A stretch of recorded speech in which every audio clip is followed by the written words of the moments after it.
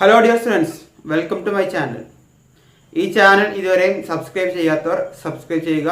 തൊട്ടടുത്തുള്ള ബെല്ലൈക്കൺ കൂടി ക്ലിക്ക് ചെയ്യുക. എങ്കിൽ മാത്രമേ നിങ്ങൾക്ക് തുടർന്നുള്ള വീഡിയോസ് നോട്ടിഫിക്കേഷനായി ലഭിക്കുകയുള്ളൂ.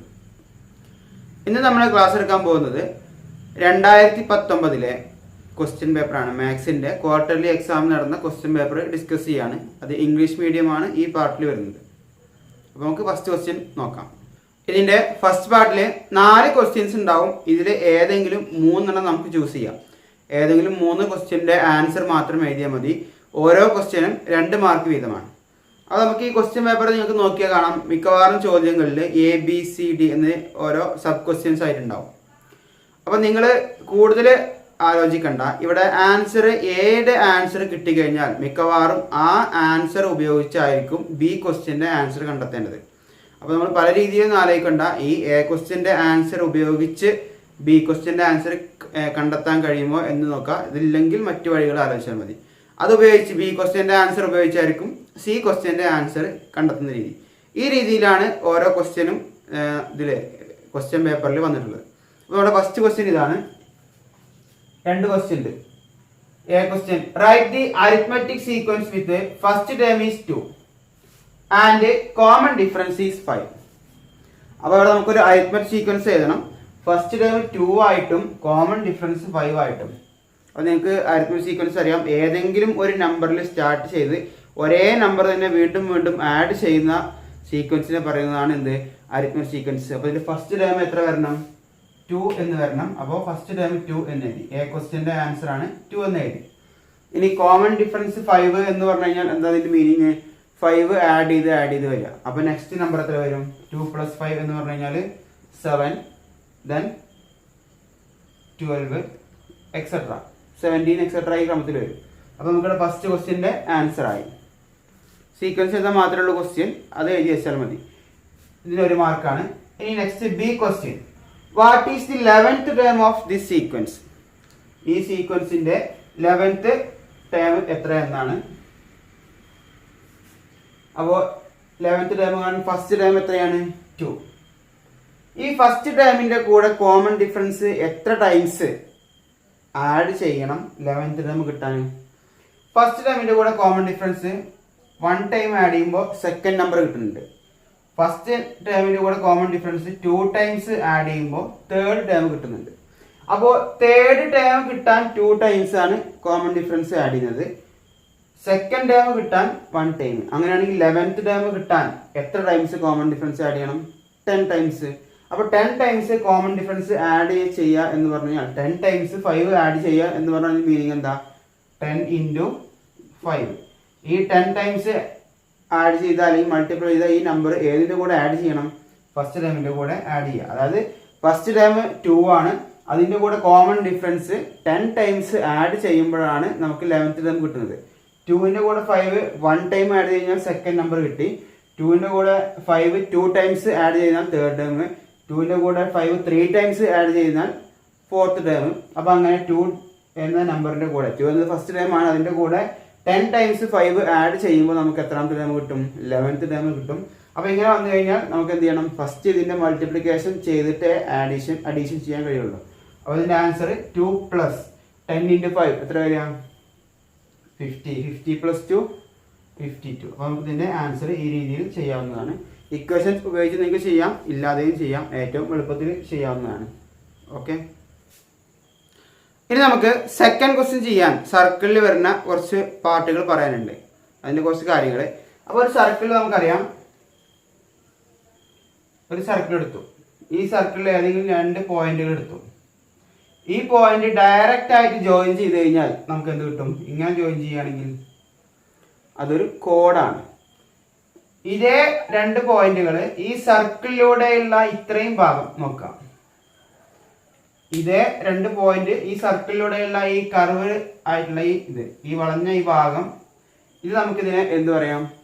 ആർക്ക് എന്ന് പറയാം. ആർക്ക്. അപ്പോൾ ഈ ബാക്കിയുള്ള ഭാഗത്തിന് ആൾട്ടർനേറ്റ് ആർക്ക് അല്ലെങ്കിൽ കോംപ്ലിമെന്ററി ആർക്ക് എന്ന് പറയാം. അപ്പോൾ നമുക്ക് 2 പോയിന്റുകൾ തമ്മിലുള്ള ഈ സർക്കിളിലൂടെയുള്ള ഈ ലെങ്ത്തിനെയാണ് നമുക്ക് എന്ത് പറയുന്നത്? ആർക്ക്. ബാക്കിയുള്ള ഭാഗത്തിന് ആൾട്ടർനേറ്റ് ആർക്ക്. ഇതും ഒരു ആർക്ക് തന്നെയാണ്. ഇതും സർക്കിളിലൂടെയുള്ള രണ്ട് പോയിന്റുകൾ തമ്മിലുള്ള ഈ വളഞ്ഞ ഭാഗം തന്നെയാണല്ലോ, ഒരു ആർക്ക് തന്നെയാണ്. അപ്പൊ ഇതിനെ ഒരാൾ ആർക്ക് എന്ന് പറഞ്ഞു കഴിഞ്ഞാൽ മുകളിലുള്ള ഈ ചെറിയ ഭാഗത്തിന് എന്ത് പറയണം? അത് ആൾട്ടർനേറ്റ് ആർക്ക്. അപ്പൊ ഇത് പരസ്പരം അങ്ങോട്ടും ഇങ്ങോട്ടും ചേഞ്ച് ചെയ്യുന്നുണ്ട്. ഒരു സർക്കിളിലുള്ള രണ്ട് പോയിന്റുകൾ തമ്മിൽ സർക്കിളിലൂടെയുള്ള ആ ലെങ്ത്തിനെ നമുക്ക് ആർക്ക് എന്ന് പറയുന്നത്. ഇനി നമുക്ക് ഈ ആർക്കിനെ കൺസിഡർ ചെയ്യാം. ഇവിടെ സർക്കിളിന്റെ സെന്റർ ഉണ്ട്. ഈ സെന്ററിലേക്ക് ഈ സർക്കിളിന്റെ ഈ ആർക്കിന്റെ രണ്ട് എൻഡ് പോയിന്റുകൾ നിങ്ങൾ കണ്ടിട്ടുണ്ടാവും. ഈ എൻഡ് പോയിന്റിൽ നിന്ന് ഇങ്ങനെ ജോയിൻ ചെയ്ത് കഴിഞ്ഞാൽ ഇവിടെ ഒരു ആംഗിൾ കിട്ടും. ഇതിനെ നമ്മൾ സെൻട്രലായതുകൊണ്ട് സെൻട്രൽ ആംഗിൾ എന്ന് പറയും. ഇവിടെ ഇത് ആൾട്ടർനേറ്റ് ആർക്കാണ്. ആൾട്ടർനേറ്റ് ആർക്കിൽ നമുക്ക് ഏത് പോയിന്റിലേക്കും ഒരു ആംഗിൾ വരക്കാം. അപ്പൊ ഈ പോയിന്റിലേക്ക് ഇതേ ആർക്കിന്റെ രണ്ട് എൻഡ് പോയിന്റിൽ നിന്ന് ഇങ്ങനെ ജോയിൻ ചെയ്യാം.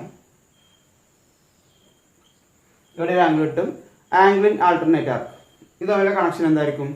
ഈ സെൻട്രൽ ആംഗിളിന്റെ ഹാഫ് ആണ് ആൾട്ടർനേറ്റ് ആർക്കിൽ വരുന്ന ആംഗിൾ. സെൻട്രൽ ആംഗിൾ 100 ഡിഗ്രി ആണെങ്കിൽ ഇത് എത്ര ഉണ്ടാവും? 50 ഡിഗ്രി. ഇത് നേരെ തിരിച്ചും പറയാം. ഇവിടെ ഈ ആൾട്ടർനേറ്റ് ആർക്കിൽ വരുന്ന ഈ ആംഗിൾ ഡബിൾ ആയിരിക്കും സെൻട്രൽ ആംഗിൾ. ഇപ്പൊ ഇത് 70 ഡിഗ്രി ആണെങ്കിൽ സെൻട്രൽ ആംഗിൾ എത്ര ഉണ്ടാവും? 140 ഡിഗ്രി. ആ രീതിയിൽ നമുക്ക് ചെയ്യാം. അപ്പൊ ഇത് പ്രത്യേകം ശ്രദ്ധിക്കാനുള്ളത്, ഒരു സർക്കിൾ വരച്ചിട്ട് അതിലെ രണ്ട് പോയിന്റുകൾ അടയാളപ്പെടുത്തി. ഈ രണ്ട് പോയിന്റുകൾക്കിടയിലുള്ള ഈ ആർക്കിന്റെ സെൻട്രൽ ആംഗിൾ എന്ന് പറഞ്ഞു കഴിഞ്ഞാൽ ഇത് സെൻട്രലിലേക്ക് ഇങ്ങനെ ജോയിൻ ചെയ്തു. ഇനി ഇതിന്റെ ആൾട്ടർനേറ്റ് ആർക്കിൽ വരുന്ന ആംഗിൾ അല്ലെങ്കിൽ ഈ സെൻട്രൽ ആംഗിളിന്റെ ഹാഫ് ആയിട്ട് പകുതിയായിട്ട് വരണമെങ്കിൽ ഈ രണ്ട് എൻഡ് പോയിന്റിൽ നിന്ന് ജോയിൻ ചെയ്യണം. പക്ഷെ ഇങ്ങനെ വന്നു കഴിഞ്ഞാൽ ഇത് ഹാഫ് ആവില്ല. എന്തുകൊണ്ടാണ്? കാരണം ഈ രണ്ട് ലൈനുകൾ ജോയിൻ ചെയ്തത് സർക്കിളിലല്ല, ഇൻസൈഡ് സർക്കിളാണിത്. ഈ സർക്കിളിലെ ഈ ലൈനിൽ ഈ സർക്കിൾ വരക്കുന്നതിന് ടച്ച് ചെയ്യണം, എങ്കിൽ മാത്രമേ ഹാഫ് ആവുള്ളൂ. ഈ ചിലപ്പോൾ നമുക്ക് ചിലർ ഇങ്ങനെ വരക്കുന്നത് കാണാം. ഇവിടെയും പകുതിയാകുമോ? ഇവിടെ സർക്കിൾ ടച്ച് ചെയ്തിട്ടുണ്ട്, പക്ഷെ രണ്ടാമത്തെ ലൈൻ എവിടുന്നാണുള്ളത്? ഈ സെൻട്രൽ ആംഗിളിന്റെ ഈ പോയിന്റിൽ നിന്നല്ല വരച്ചിട്ടുള്ളത്. അപ്പൊ അതുകൊണ്ട് ഇതും സെൻട്രൽ ആംഗിൾ അല്ല. സെൻട്രൽ ആംഗിൾ ആണ്, അതിന്റെ ഹാഫ് ആയിട്ട് വരില്ല. ഇനി മറ്റൊരു കാര്യം, ഈ വലിയ ആർക്ക് നോക്കാം. ഇതിന്റെ സെൻട്രൽ ആംഗിൾ ഏതാ വരിക? ഇവിടെയാണ് വരുന്നത്. ഇത്രയും ഭാഗം ആർക്കായിട്ട് എടുത്തു കഴിഞ്ഞാൽ നമ്മൾ ഇങ്ങനെ കൈകൊണ്ട് കാണിക്കുന്നത്, ആർക്കിനെ കാണിക്കുന്നത് പോലെ തന്നെയാണ് സെന്ററിലും അതിന്റെ സെൻട്രൽ ആംഗിളും അടയാളപ്പെടുത്തേണ്ടത്. ഇതിന്റെ ആൾട്ടർനേറ്റ് ആർക്ക് വരുന്ന ആംഗിൾ എന്ന് പറഞ്ഞു കഴിഞ്ഞാൽ ഈ നീല കളറിൽ കാണുന്നത് മാത്രമാണ് ആൾട്ടർനേറ്റ് ആർക്ക് വരുന്നത്. അപ്പൊ അതിലേതെങ്കിലും പോയിന്റിലേക്ക് ഇതേ ആർക്കിന്റെ രണ്ട് എൻഡ് പോയിന്റുകൾ ഇങ്ങനെ ജോയിൻ ചെയ്യാം. ഇതാണ് ആൾട്ടർനേറ്റ് ആർക്ക്. ഇവിടെയും ഇത് സെൻട്രൽ ആംഗിൾ ആണ്, അതിന്റെ ഹാഫ് ആണ് ഇവിടെ വരിക. കാരണം ഇതൊരു ആർക്കാണ്, ഇതിന്റെ സെൻട്രൽ ആംഗിളിന്റെ ഹാഫ് ആണ് ആൾട്ടർനേറ്റ് ആർക്കിൽ വരുന്ന ആംഗിൾ.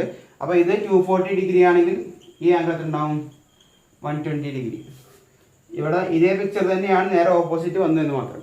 അപ്പോൾ ഇവിടെ സെൻട്രൽ ആംഗിളും ആൾട്ടർനേറ്റ് ആർക്കും തമ്മിലുള്ള ആംഗിളുകൾ എങ്ങനെ വരുന്നു എന്ന് മനസ്സിലാക്കണം. അതിനുശേഷം ഈ സെൻട്രൽ ആംഗിളിന്റെ ഹാഫ് ആണ് ആൾട്ടർനേറ്റ് ആർക്കിൽ വരുന്ന ആംഗിൾ. ഇപ്പോൾ ഇവിടെ 60 ഡിഗ്രി ആണെങ്കിൽ ഇവിടെ 30 ഡിഗ്രി വന്നു. ഇതിന്റെ നേരെ ഓപ്പോസിറ്റ് പിക്ചറാണ് ഇവിടെ. ഇവിടെ വലിയ സെൻട്രൽ ആംഗിളാണ് മാത്രമേ ഉള്ളൂ വ്യത്യാസം. രണ്ടും ഒന്ന് തന്നെയാണ്. അപ്പോൾ സെൻട്രൽ ആംഗിളും അതിന്റെ ആൾട്ടർനേറ്റ് ആർക്കിൽ വരുന്ന ആംഗിളും മനസ്സിലാക്കുക. ഇനി ഇത് ഉപയോഗിച്ചുള്ള ക്വസ്റ്റ്യൻ ആണ് നമ്മുടെ സെക്കൻഡ് ക്വസ്റ്റ്യൻ. അപ്പോൾ ഇനി നമ്മുടെ രണ്ടാമത്തെ ക്വസ്റ്റ്യൻ നോക്കാം. ABCD are points on circle. സർക്കിളിലുള്ള പോയിന്റ്സ് ആണ് ABCD. With a centre O. സർക്കിളിന്റെ സെന്റർ ആണ് O. Angle D equal to 40 degree. ഇതാണ് മെയിൻ ക്വസ്റ്റ്യൻ. ഇനി AB ആണ് രണ്ട് ക്വസ്റ്റ്യൻ ആണ്. അതിൽ A question, what is the measure of angle AOC. അപ്പൊ ഇതില് ആംഗിൾ AOC എന്ന് പറയുന്ന ആംഗിൾ ഇതാണ്. അത് എത്രയായിരിക്കും? ആദ്യം നിങ്ങളൊന്ന് സ്വന്തം ആലോചിച്ച് നോക്കുക. അപ്പൊ ഇതിന്റെ ആൻസർ കണ്ടത് നേരത്തെ പറഞ്ഞതുപോലെ ഈ കോണ് കിട്ടിയിരിക്കുന്നത്. ഇപ്പൊ നമുക്ക് ഈ AOC എന്ന് പറയുന്ന കോണാണ് കിട്ടുന്നത്. ഈ കോണിന്റെ ഇതൊരു കേന്ദ്ര കോൺ, സെൻട്രൽ ആംഗിൾ ആണ്. അപ്പോൾ ഈ സെൻട്രൽ ആംഗിൾ ഏത് ആർക്കിന്റെ സെൻട്രൽ ആംഗിൾ ആണ് നോക്കുക. അതിന്റെ രണ്ട് എൻഡ് പോയിന്റ്സ് ഒന്ന് എയും ഇവിടെ നിന്ന് വരച്ചു സിയുമാണ്. അപ്പോൾ ഈ ABC എന്ന് പറയുന്ന ആർക്കിന്റെ സെൻട്രൽ ആംഗിൾ ആണ് ഈ കൊടുത്തിരിക്കുന്നത്. ഇതിന്റെ ആൾട്ടർനേറ്റ് ആർക്ക് വരുന്ന ആംഗിൾ ഏതായിരിക്കും? ഇപ്പൊ നമ്മൾ ഈ കറുപ്പ് ബ്ലാക്ക് കളറിൽ കൊടുത്തിട്ടുള്ളതാണ് ആർക്ക്. ബാക്കിയുള്ള ഈ ബ്ലൂ കളറിലെല്ലാം ആൾട്ടർനേറ്റ് ആർക്കാണ്. അപ്പോൾ ഈ A മുതൽ ഇങ്ങനെ റൗണ്ട് അടിച്ച് C വരെയുള്ള ഈ ബ്ലൂ കളറിൽ എവിടെയെങ്കിലും ഈ ആർക്കിന്റെ രണ്ട് എൻഡ് പോയിന്റ്സ്, അതായത് എയും സിയും ഈ എയിൽ നിന്നും സിയിൽ നിന്നും ജോയിൻ ചെയ്ത ആംഗിൾ ഉണ്ടോ എന്ന് നോക്കുക. ആ ആംഗിൾ എവിടെ വരണം? ഈ സർക്കിൾ വരക്കണ ഈ ലൈനിൽ ബ്ലൂ കളറിൽ എവിടെയെങ്കിലും വന്നിട്ടുണ്ടോ എന്ന് നോക്കണം. അപ്പോൾ എന്നും സിന്നും ലൈനുകൾ നോക്കിക്കഴിഞ്ഞാൽ ഡിയിലേക്ക് നോക്കുന്നുണ്ട്. അപ്പോൾ ഇത് ഈ 40 ഡിഗ്രി എന്നത് ഈ സെൻട്രൽ ആംഗിളിന്റെ ആൾട്ടർനേറ്റ് ആർക്കിൽ വരുന്ന ആംഗിൾ ആണ്. അതായത് സെൻട്രൽ ആംഗിളിന്റെ ഹാഫ് ആണ് 40 ഡിഗ്രി. അങ്ങനെയാണെങ്കിൽ സെൻട്രൽ ആംഗിൾ എത്ര ഉണ്ടാവും? 80 ഡിഗ്രി. അപ്പോൾ നമുക്ക് എ ക്വസ്റ്റ്യന്റെ ആൻസർ ആയി 80 ഡിഗ്രി. ഇനി B question, what is the measure of angle A B C? Angle A B C. അപ്പോൾ ഈ എ ബി സി എന്ന് പറയുന്ന ആംഗിൾ എത്ര ഡിഗ്രി ആണെന്ന് കണ്ടെത്തണം. അപ്പോൾ അതിന് രണ്ട് രീതിയിൽ ചെയ്യാം. ഒന്ന്, നമുക്കിതിലെ സൈക്ലിക് കോർഡിലേറ്റർ എന്ന് പറയുന്ന ഐഡിയ കിട്ടണം. എന്താണ് സൈക്ലിക് കോർഡിലേറ്റർ? സൈക്ലിക് കോർഡിലേറ്റർ എന്ന് പറഞ്ഞു കഴിഞ്ഞാൽ ഒരു സർക്കിളിൽ ഒരു കോർഡിലേറ്റർ വരക്കാണ്. എന്താണ് കോർഡിലേറ്റർ എന്ന് പറഞ്ഞാൽ? എന്തായിരിക്കും കോർഡിലേറ്റർ എന്ന് പറഞ്ഞാൽ 4 സൈഡുകളുള്ള ക്ലോസർ ആയിട്ടുള്ള ഫിഗറിനൊക്കെ കോർഡിലേറ്റർ എന്ന് പറയുന്നത്. 4 സൈഡ് ഉണ്ടായാൽ മതി, ക്ലോസർ ആയിരിക്കണം. അപ്പോൾ 4 സൈഡുള്ളതാണ് സ്ക്വയർ, റെക്റ്റാങ്കിൾ, പാരലോഗ്രാം. ഇതൊക്കെ 4 സൈഡുള്ളതാണ്. ഇതെല്ലാം എന്താണ്? എല്ലാറ്റിനെയും കോമൺ ആയിട്ട് പറയുന്ന പേരാണ് എന്ത്? കോർഡിലേറ്റർ. അപ്പോൾ അതിന്റെ സൈഡുകളുടെ പ്രത്യേകത അനുസരിച്ച് നമ്മൾ വേറെ വേറെ പേരുകൾ പറയുന്നു എന്നുള്ളൂ. എല്ലാ സൈഡും ഈക്വൽ ആയി കഴിഞ്ഞാൽ നമ്മളതിനെ സ്ക്വയർ എന്നും റോംബസ് ഇങ്ങനെ രീതിയിലൊക്കെ പറയുന്നുണ്ട്. അപ്പോൾ എല്ലാ 4 സൈഡുകൾ ഉണ്ടെങ്കിൽ അതിന് പറയുന്ന പേരാണ് കോർഡിലേറ്റർ. അപ്പോൾ ഒരു സർക്കിളിലെ ഒരു കോർഡിലേറ്ററിന്റെ 4 വെർട്ടീസസും ഈ 4 മൂലകളും സർക്കിളിൽ ഓൺ ദി സർക്കിൾ എന്ന് പറഞ്ഞാൽ ഈ സർക്കിൾ വരക്കുന്ന ഈ കളറിൽ ബ്ലാക്ക് കളറിൽ നിങ്ങൾ പെൻസിൽ കൊണ്ട് വരക്കുകയാണെങ്കിൽ ആ വരക്കുന്ന ആ വരയിൽ ഈ കോർഡിലേറ്ററിന്റെ 4 പോയിന്റ്സും സർക്കിളിലാണെങ്കിൽ അതിന്റെ പറയുന്ന പേരാണ് സൈക്ലിക് കോർഡിലേറ്റർ. അപ്പോൾ അതിന്റെ പ്രത്യേകത എന്ന് പറഞ്ഞു കഴിഞ്ഞാൽ ഓപ്പോസിറ്റുള്ള ആംഗിൾസ് ആഡ് ചെയ്യുമ്പോൾ 180 ഡിഗ്രി ആയിരിക്കും. ഇത് 2 ഓപ്പോസിറ്റ് ആംഗിൾ ആണ്. ഇത് ആഡ് കഴിഞ്ഞാൽ 180 ഡിഗ്രി ആണ്. ഈ നെക്സ്റ്റ് ഇത് 2 ഓപ്പോസിറ്റ് ആംഗിൾ ആണ്. ഇത് ആഡ് ചെയ്യുമ്പോഴും എത്ര ഡിഗ്രി ഉണ്ടാവും? 180 ഡിഗ്രി. ഇനി ഇതന്നെ വെറും കോർഡിലേറ്റർ മാത്രം നോക്കാം. ഇവിടെ സർക്കിൾ ഇല്ല, ഇവിടെ സർക്കിൾ ഉണ്ട്. അപ്പോൾ നമുക്ക് സർക്കിളിലെ ഈ കോർഡിലേറ്ററിന് 4 വെർട്ടീസസും ഓൺ ദി സർക്കിൾ ആണെങ്കിൽ നമുക്ക് ഈ ഉറപ്പാണ് ഇത് സൈക്ലിക് കോർഡിലേറ്റർ ആണ്. അതിന്റെ ഓപ്പോസിറ്റ് ആംഗിൾ ആഡ് ചെയ്യുമ്പോൾ 180 കിട്ടുന്ന ഷുവറാണ്. പക്ഷെ ഇവിടെ സർക്കിൾ ഇല്ല. ഇത് സൈക്ലിക് കോർഡിലേറ്റർ ആണോ എന്ന് എങ്ങനെ നോക്കാം? ഇവിടെ ഇതിന്റെ ഓപ്പോസിറ്റ് ഉള്ള ആംഗിൾസ് ആഡ് ചെയ്യുമ്പോൾ 180 ഡിഗ്രി കിട്ടുന്നുണ്ടെങ്കിൽ ഇതും എന്താണ്? സൈക്ലിക് കോർഡിലേറ്റർ ആണ്. അപ്പോൾ രണ്ട് രീതിയിലും ഫിഗർ വരാം. ഇവിടെ സർക്കിൾ ഇല്ല, പക്ഷെ ഇത് സൈക്ലിക് കോർഡിലേറ്റർ ആണോ നോക്കാൻ ഇതിന്റെ ഓപ്പോസിറ്റ് ഉള്ള ആംഗിൾസ് ആഡ് ചെയ്യുമ്പോൾ 180 കിട്ടുന്നുണ്ടെങ്കിൽ സൈക്ലിക് കോർഡിലേറ്റർ ആണ്. ഫോർ എക്സാമ്പിൾ പറയാം, ഇത് 100 ഡിഗ്രി, ഇത് 70 ഡിഗ്രി ആണെങ്കിൽ ഇത് സൈക്ലിക് കോർഡിലേറ്റർ ആണോ? അല്ല. കാരണം എന്താ? ഇതിന്റെ ഓപ്പോസിറ്റ് ആംഗിൾ ആഡ് ചെയ്യുമ്പോൾ 180 കിട്ടുന്നില്ല, 170 ആണ്. ഇനി ഇത് 80 ഡിഗ്രി ആണെങ്കിൽ ആഡ് ചെയ്യുമ്പോൾ എത്ര വരുന്നുണ്ട്? 180 ഡിഗ്രി. ഇത് രണ്ടും ആഡ് ചെയ്യുമ്പോൾ 180 ആണെങ്കിൽ ഓട്ടോമാറ്റിക് ബാക്കിയുള്ള ഈ 2 ആംഗിളും ആഡ് ചെയ്യുമ്പോൾ 180 കിട്ടും. കാരണം 4 ആംഗിളും ആഡ് ചെയ്യുമ്പോൾ 360 ആണ്. കോർഡിലേറ്ററിന്റെ ഉള്ളിലുള്ള 4 ആംഗിൾസും ആഡ് ചെയ്യുമ്പോൾ 360 കിട്ടണം എന്നതുകൊണ്ട് ഓപ്പോസിറ്റുള്ള ആംഗിൾസ് ആഡ് ചെയ്യുമ്പോൾ 180 ഡിഗ്രി ആയിരിക്കും. ഒരു എക്സാമ്പിൾ നോക്കാം. റെക്റ്റാങ്കിൾ സൈക്ലിക് കോർഡിലേറ്റർ ആണോ? എങ്ങനെ നോക്കുക? സൈക്ലിക് കോർഡിലേറ്റർ ആണോ നോക്കാം. ഇതിന്റെ ഏതെങ്കിലും ഓപ്പോസിറ്റുള്ള ആംഗിൾ ആഡ് ചെയ്ത് നോക്കുക, 180 കിട്ടുമെന്ന് നോക്കുക. റെക്റ്റാങ്കിളിന്റെ ആംഗിൾസ് നമുക്കറിയാലോ എത്രയാണ്? എല്ലാം 90 ഡിഗ്രി ആണ്. ഇതിന്റെ ഓപ്പോസിറ്റ് ഈ 90 ഡിഗ്രി ആണ്. 90 + 90 180 ആണ്. അപ്പോൾ റെക്റ്റാങ്കിളും എന്താണ്? സൈക്ലിക് കോർഡിലേറ്റർ ആണ്. അപ്പോൾ ഇവിടെ നമുക്ക് നോക്കാം. ഈ എ ബി സി ഡി എന്നുള്ളത് ഒരു കോർഡിലേറ്റർ അല്ലേ? എ ബി സി ഡി ഇങ്ങനെ ഒരു കോർഡിലേറ്റർ വരുന്നുണ്ട്. ഇതിന്റെ ഒരു ആംഗിളാണ് 40 ഡിഗ്രി. ഇതിന്റെ ഓപ്പോസിറ്റ് ആംഗിൾ ഏതാ വരുന്നത്? ഈ ബിയിൽ വരുന്ന ആംഗിൾ. അപ്പോൾ ഇതൊരു സൈക്ലിക് കോർഡിലേറ്റർ കാരണം ഇതിന്റെ 4 വെർട്ടീസസും ഓൺ ദി സർക്കിൾ ആണ്. അപ്പോൾ ഇതൊരു സൈക്ലിക് കോർഡിലേറ്റർ ആയതുകൊണ്ട് ഇതിന്റെ ഓപ്പോസിറ്റ് ഉള്ള ആംഗിൾ ആഡ് ചെയ്യുമ്പോൾ എത്ര കിട്ടണം? 180 കിട്ടണം. ഇത് 40 ഡിഗ്രി ആയതുകൊണ്ട് ഇത് എത്ര ഉണ്ടാകും? 140. അപ്പോൾ നമുക്ക് ആംഗിൾ ബി എത്ര കിട്ടി? ബി ക്വസ്റ്റ്യൻ്റെ ആൻസർ ആയി. ആംഗിൾ എ ബി സി എന്ന് പറയുന്ന ആംഗിൾ 140 ഡിഗ്രി ആയി. ഈ രീതിയിൽ നമുക്ക് A B C question connect ചെയ്ത് ആൻസർ ചെയ്യാം. പരമാവധി സ്വന്തമായിട്ട് ആലോചിച്ച് ചെയ്യാം, കണ്ടെത്തുക. ഓക്കെ, ഇനി നെക്സ്റ്റ് തേർഡ് ക്വസ്റ്റ്യൻ നോക്കാം.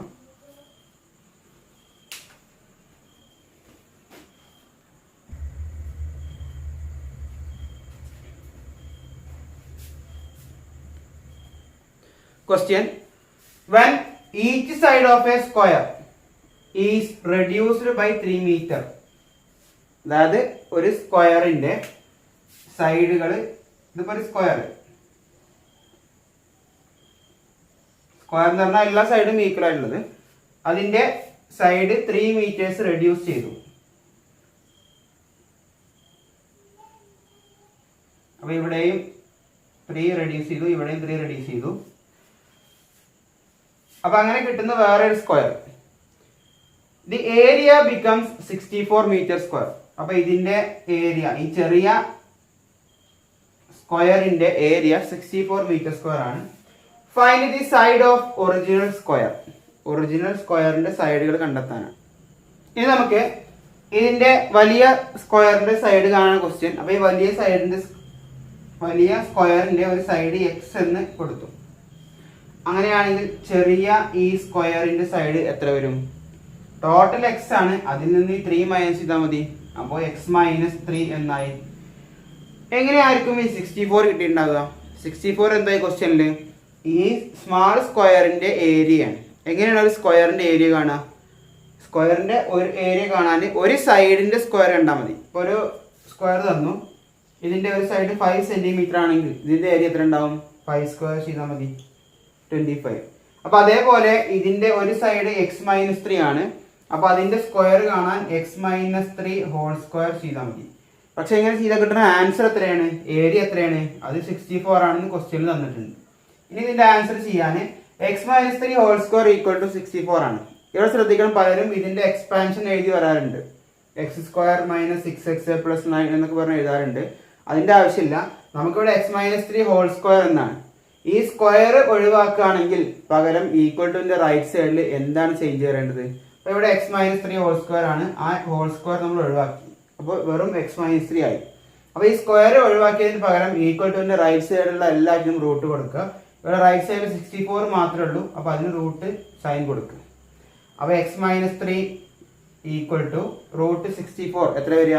എങ്ങനെയാണ് 64ന്റെ റൂട്ട് കാണുക? ഏത് നമ്പറിന്റെ സ്ക്വയർ ആണ് 64 നോക്കുക. ഇനി അത് അറിയില്ലെങ്കിൽ ഓരോന്നിന്റെയും സ്ക്വയർ നോക്കുക. 5 സ്ക്വയർ 25, 6 സ്ക്വയർ 36, 7 സ്ക്വയർ 49, 8 സ്ക്വയർ 64. അപ്പൊ ഏതിന്റെ സ്ക്വയർ ആണ് 64 വരുന്നത്? 8ന്റെ. അപ്പോൾ 64ന്റെ റൂട്ട് എത്ര വരും? 8. അപ്പൊ നെക്സ്റ്റ് സ്റ്റെപ്പിൽ അതിന്റെ ആൻസർ എഴുതിച്ചു. ഇനി നമുക്ക് എക്സ് മൈനസ് 3 ഈക്വൽ ടു 8 ആണ്. എക്സ് ഒരു നമ്പർ ഉണ്ട്, അതിൽ നിന്ന് 3 മൈനസ് ചെയ്യുമ്പോൾ 8 കിട്ടുന്നുണ്ട്. അപ്പൊ എക്സ് എങ്ങനെ കാണുക? ഈ 8ന്റെ കൂടെ 3 ആഡ് ചെയ്താൽ മതി. അതല്ലെങ്കിൽ എക്സിൽ നിന്ന് 3 മൈനസ് ചെയ്യാണ്. ഈ മൈനസ് ചെയ്യുന്ന 3 ഈക്വൽ ടു റൈറ്റ് സൈഡിലേക്ക് മാറ്റി എഴുതുമ്പോൾ എന്ത് വരും? പ്ലസ് ആകും. അപ്പോൾ എക്സ് ഈക്വൽ ടു 8 പ്ലസ് 3. അപ്പോൾ എക്സ് ഈക്വൽ ടു 11. അപ്പോൾ നമ്മുടെ ക്വസ്റ്റ്യൻ ഒറിജിനൽ സ്ക്വയറിന്റെ സൈഡ് എത്ര എന്നുള്ളതാണ്. അത് 11 എന്ന് ആൻസർ കിട്ടും. ഇങ്ങനെ നമുക്ക് വളരെ സിമ്പിൾ ആയിട്ടുള്ള ക്വസ്റ്റ്യൻ ആണ് എക്സാമിന് വരുന്നത്. നിങ്ങളൊന്ന് ശ്രദ്ധിച്ചാൽ മാത്രം മതി, ഇല്ലെങ്കിൽ അതിന്റെ ആൻസർ മുഴുവൻ തെറ്റും. ഇനി ഫസ്റ്റ് പാർട്ടിലെ ലാസ്റ്റ് ക്വസ്റ്റ്യൻ ആണ്, 4th question. The area of the rectangle in the figure is 14 meter square. First question, what is the area of the shaded triangle? അപ്പോൾ ഇവിടെ റെക്റ്റാങ്കിളിന്റെ ഏരിയ 14 ആണെന്ന് ക്വസ്റ്റ്യനിൽ പറഞ്ഞിട്ടുണ്ട്. റെക്റ്റാങ്കിളിന്റെ ഏരിയ 14 മീറ്റർ സ്ക്വയർ. ഈ ഏരിയ എങ്ങനെ, റെക്റ്റാങ്കിളിന്റെ area എങ്ങനെ കാണുന്നത്? Length into breadth, L into B. അല്ലെങ്കിൽ നമുക്ക് എന്ത് ചെയ്യാം? ഇപ്പൊ ലെങ്ത്തിന് ബി എന്നോ എന്തെങ്കിലും ലെറ്റർ കൊടുക്കാം. ഇപ്പൊ ബി, ഈ ഹൈറ്റിന് എച്ച് കൊടുത്തു. അപ്പോൾ ഇതിന്റെ ലെങ്ത് ഏതാണ്? B, height H. അപ്പോൾ ബി എച്ച് ഈക്വൽ ടു, ഇത് ക്വസ്റ്റ്യന്റെ ആൻസർ ആണ്. ബി എച്ച് ഈക്വൽ ടു എന്ന് വെച്ചാൽ ഏരിയ കാണാൻ നമുക്ക് ലെങ്ത്തും ബ്രെഡ്ത്തും തമ്മിൽ മൾട്ടിപ്ലൈ ചെയ്താൽ മതി. അപ്പോൾ ലെങ്ത്തിന് ബി എന്ന ലെറ്ററും ഹൈറ്റിന് അല്ലെങ്കിൽ ബ്രെഡ്ത്തിന് എച്ച് എന്ന ലെറ്ററും കൊടുത്തു. അപ്പോൾ ബി എച്ച് ഏരിയ. അങ്ങനെ ചെയ്താൽ കിട്ടുന്ന ഈ ബിക്ക് പകരം അവിടെ ഈ ലെങ്ത് എത്ര സെന്റിമീറ്റർ വെച്ചാൽ ആ, അല്ലെങ്കിൽ മീറ്റർ ആണെങ്കിൽ ആ മെഷർമെന്റും ഈ വിഡ്ത്തിന്റെ മെഷർമെന്റും തമ്മിൽ മൾട്ടിപ്ലൈ ചെയ്തിട്ടാണ് ഏരിയ കാണുന്നത്. അതാണ് ബി എച്ച്. അങ്ങനെ ചെയ്താൽ കിട്ടുന്ന ആൻസർ എത്രയായിരിക്കും? 14. നമുക്കിവിടെ ലെങ്ത്തും ബ്രെഡ്ത്തും അറിയില്ല, പക്ഷെ ഇത് മൾട്ടിപ്ലൈ ചെയ്താൽ കിട്ടുന്ന ആൻസർ ആണ് ഏരിയ. ആ ഏരിയ 14 ആണെന്ന് ക്വസ്റ്റ്യൻ ഉണ്ട്. അപ്പോൾ ബി എച്ച് ഈക്വൽ ടു എന്ത് എഴുതാം? 14 എന്ന് എഴുതാം. ഇനി ട്രയാങ്കിളിന്റെ ഏരിയ എങ്ങനെ കാണാം? Half B H. ട്രയാങ്കിളിന്റെ ഏരിയ ഹാഫ് ബി എച്ച്. അപ്പോൾ ഇതിൽ ബിയും എച്ചും എന്തായിരിക്കും? ബി എന്ന് പറഞ്ഞു കഴിഞ്ഞാൽ ബേസ്. അപ്പോൾ ഈ ട്രയാങ്കിളിന്റെ ബേസ് ഏതാ? ഇത് തന്നെയാണ്. ഈ ലെങ്ത് എത്രയാണ് നമ്മൾ കൊടുത്തത്? ബി എന്ന ലെറ്റർ തന്നെയാണ് കൊടുത്തത്. ട്രയാങ്കിളിന്റെ ബേസിന് നമ്മൾ കൊടുത്ത ലെറ്ററും ബി തന്നെയാണ്. ഇനി ഇതിന്റെ ഹൈറ്റ് എന്ന് പറയുന്നത് ഇങ്ങനെയാണ്. ഈ ഹൈറ്റ് എത്ര ആയിരിക്കും വരിക? ഇതേ ലെങ്ത് തന്നെയല്ലേ എവിടെ വരുന്നത്? ഈ ലെങ്ത് എത്ര യൂണിറ്റ് ആണ്? എച്ച് ആണ്. അപ്പോൾ ഈ ലെങ്ത് എത്ര ഉണ്ടാവും? എച്ച് വരും. അപ്പോൾ ഹൈറ്റും കിട്ടി. അപ്പോൾ half into breadth into height. Half B H എന്ന് പറഞ്ഞാൽ base into height. Half into base B തന്നെയാണ് ഹൈറ്റിന് എച്ച് ലിറ്റർ തന്നെ കൊടുത്തത്. അപ്പോൾ half into B H. B H എന്ന് പറഞ്ഞാൽ എത്രയാണ്? 14. അപ്പോൾ ഇവിടെ ഹാഫ് ഇൻറ്റു 14 ഈക്വൽ ടു എത്ര വരും? 14ന്റെ ഹാഫ് 7. അപ്പോൾ ഇതിന്റെ ആൻസർ 7 എന്നതാണ്. അപ്പോൾ എ ക്വസ്റ്റ്യന്റെ ആൻസർ ആയി what is the area of the shaded triangle? 7 metre square. 40 മീറ്ററിലാണ് ഇവിടെ യൂണിറ്റ് തന്നിട്ടുള്ളത്. B second question, what is the probability of putting a dot without looking to be within the triangle? അപ്പോൾ നമ്മൾ നോക്കാതെ ഇതിലേക്ക് നോക്കാതെ ഒരു കുത്തിട്ട് കഴിഞ്ഞാൽ അത് ഷെയ്ഡ് ചെയ്ത് ട്രയാങ്കിളിൽ വരാനുള്ള പ്രോബബിലിറ്റി അല്ലെങ്കിൽ ചാൻസ് എത്ര എന്നാണ് ക്വസ്റ്റ്യൻ. അപ്പോൾ അത് കാണാൻ ആകെയുള്ള ഷേപ്പ്, ടോട്ടൽ വലിയ ഷേപ്പ് ഏതാണ്? റെക്റ്റാങ്കിൾ. ഈ റെക്റ്റാങ്കിളിൻ്റെ ഉള്ളിലുള്ള ചെറിയൊരു ഭാഗമാണ് ട്രയാങ്കിൾ. അപ്പോൾ നമുക്ക് പ്രോബബിലിറ്റി എഴുതുമ്പോൾ നിങ്ങൾ ബാളിൻ്റെ ഒക്കെ കാര്യം എഴുതിയിട്ടുണ്ടാവും. മുകളിൽ ഇപ്പോൾ റെഡ് ബാൾ കിട്ടിയ എത്ര എണ്ണാണോ അത് മുകളിൽ എഴുതിയിട്ടുണ്ടാവും, താഴെ ടോട്ടൽ ബാളിൻ്റെ എണ്ണം എഴുതിയിട്ടുണ്ടാവും. അപ്പോൾ ടോട്ടൽ ആയിട്ടുള്ള ഷേപ്പ് എന്ന് പറയുന്നത് റെക്റ്റാങ്കിൾ ആണ്. ആ റെക്റ്റാങ്കിളിൻ്റെ ഏരിയ എത്രയാണ്? 14 ആണ്. ഇനി മുകളിൽ വരേണ്ടത് ഏതാണ്? ഈ റെക്റ്റാങ്കിളിൻ്റെ ഉള്ളിലുള്ള കുറച്ച് പാർട്ടാണ് ഷെയ്ഡ് ചെയ്തത്, അത് ട്രയാങ്കിൾ ആണ്. അതിൻ്റെ ഏരിയ എത്രയാണ്? 7 ആണ്. അപ്പോൾ 7/14 എന്ന് കിട്ടി. 7/14 എത്ര വരും? 1/2. ഇതിനെ ചെറുതാക്കി കഴിഞ്ഞാൽ നമുക്ക് 1/2 കിട്ടും. അപ്പോൾ ഇതിൻ്റെ ചാൻസ് അല്ലെങ്കിൽ പ്രോബബിലിറ്റി 1/2 ആണ്. അപ്പോൾ ഈ ക്ലാസ് നിങ്ങൾക്ക് മനസ്സിലായി എന്ന് വിചാരിക്കുന്നു. ഇനി തുടർന്നുള്ള ക്ലാസ്സുകൾ അപ്ലോഡ് ചെയ്യുന്നതാണ്. അപ്പോൾ നിങ്ങൾക്ക് ഈ വീഡിയോ ഇഷ്ടപ്പെട്ടാൽ ലൈക്ക് ചെയ്യുക, നിങ്ങളുടെ സുഹൃത്തുക്കൾക്ക് അയച്ചു കൊടുക്കുക.